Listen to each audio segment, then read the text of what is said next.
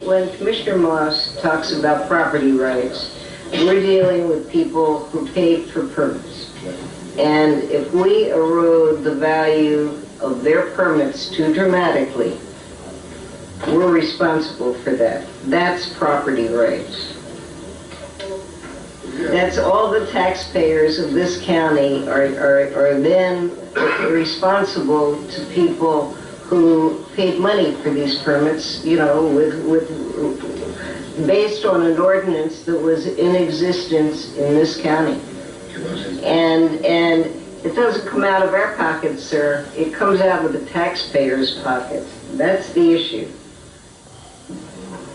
In response to Commissioner Moss's question, the current system of regulation for for-hire licenses accords those licenses the status of property rights. And to take those from a current license holder... I understand property rights very well. Property rights.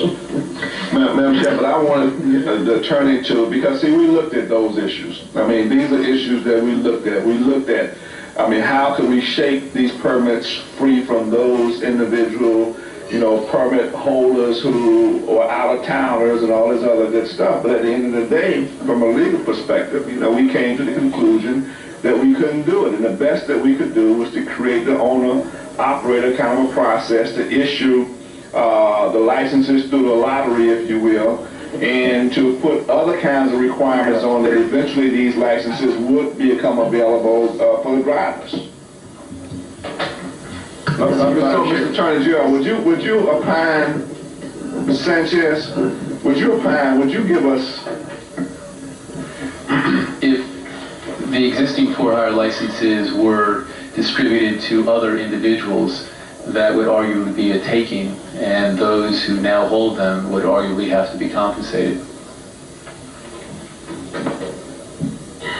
There obviously has to be a rationale, a certain amount of permits per person, and I mean there's always a rationale for the amount of permits that are out there. It would seem to me that if anything happened for any period of time, that there's a legitimate case against us as elected officials for eroding the value of somebody's rightful ownership.